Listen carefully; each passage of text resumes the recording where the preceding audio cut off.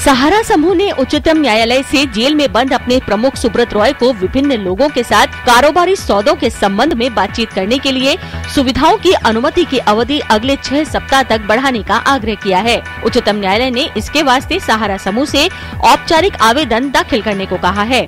अदालत ने कहा कि जब 10,000 करोड़ रुपए जुटाने में इतनी मुश्किलें हो रही हैं, तो बाहर आकर वो 30,000 करोड़ रुपए किस तरह जुटा पाएंगे। क्रिकेट विश्व कप मैच के प्रसारण की फीड केबल ऑपरेटर से साझा करने के मामले में सुप्रीम कोर्ट ने प्रसार भारती से एक अलग चैनल शुरू करने की संभावनाओं पर जवाब मांगा है। सुप्रीम कोर्ट ने इस मामले में याचिकाकर्ता स्टार स्पोर्ट्स से भी पूछा है कि मैच फीड केबल ऑपरेटर्स को मुहैया कराने के दूरदर्शन के फैसले से उसे कितना आर्थिक नुकसान होगा।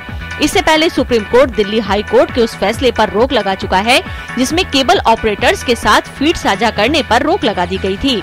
इस मामले की अगली सुनवाई गुरुवार को होगी। प्रधानमंत्री कार्यालय ने कहा है कि प्रधानमंत्री को नेताजी सुभाष चंद्र बोस के रहस्यमयी गायब होने से जुड़ी फाइल्स को जारी करने का कोई अधिकार नहीं है। प्रधानमंत्री कार्यालय ने ये बात एक RTI के तहत पूछे गए सवाल के जवाब में कही है। कार्यालय ने बताया कि पब्लिक रिकॉर्ड नियम 1997 के तहत कहीं भी प्रधानमंत्री को गुप्त फाइलों के संबंध में किसी भी विशेष अधिकार का उल्लेख नहीं है। छत्तीसगढ़ में उग्रवाद से सबसे ज्यादा प्रभावित बीजापुर जिले में नक्सलियों ने पुलिस के एक जवान की गोली मारकर हत्या कर दी।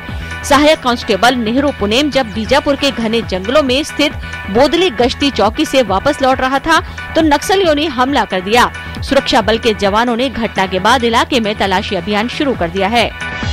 CPI के वरिष्ठ नेता गोविंद पंसारे की हालत नाजुक लेकिन स्थिर बनी हुई है। मोटरसाइकिल पर सवार अज्ञात हमलावरों ने सोमवार को कोल्हापुर में उन्हें गोली मार दी थी। इस घटना में उनकी पत्नी भी घायल हुई थी। पुलिस ने इस सिलसिले में 5 लोगों को हिरासत में लिया है। रोड टोल टैक्स के खिलाफ मुहिम चलाने वाले 78 वर्षीय पंसारे की गर्दन, बाह और दाएं पैर में 3 गोलियां लगी थी।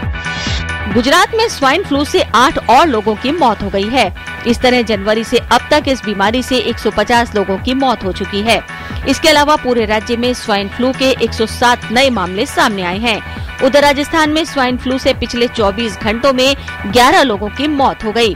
इस वर्ष अब तक स्वाइन फ्लू से राज्य में 176 लोगों की मौत हो चुकी है। सबसे अधिक 30 लोगों की मौत जयपुर में हुई है। महाराष्ट्र के पूर्व उप मुख्यमंत्री RR पाटिल को मंगलवार को हजारों लोगों ने अश्रुपूर्ण अंतिम विदाई दी। उनका अंतिम संस्कार अंजनी में राजकीय सम्मान के साथ किया गया। राकापा नेता को अंतिम विदाई देने के लिए मुख्यमंत्री देवेंद्र फडणवीस, NCP प्रमुख शरद पवार, पूर्व मुख्यमंत्री पृथ्वीराज चौहान और सामाजिक कार्यकर्ता अन्ना हजारे समेत कई दलों के नेता उनके पैतृक गाँव पहुँचे।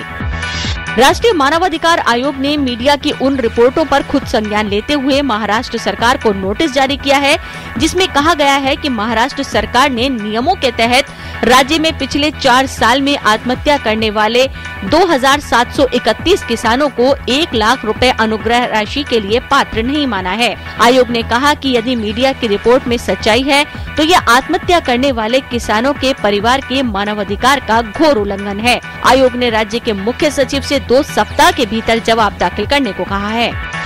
गृह मंत्रालय और राष्ट्रीय कौशल विकास निगम बुधवार से जम्मू कश्मीर के कुपवाड़ा में विशेष भर्ती कार्यक्रम चलाएगा। पूरे देश के लगभग 10 बड़े कंपनी समूह 2 दिन में युवाओं की भर्ती करेंगे।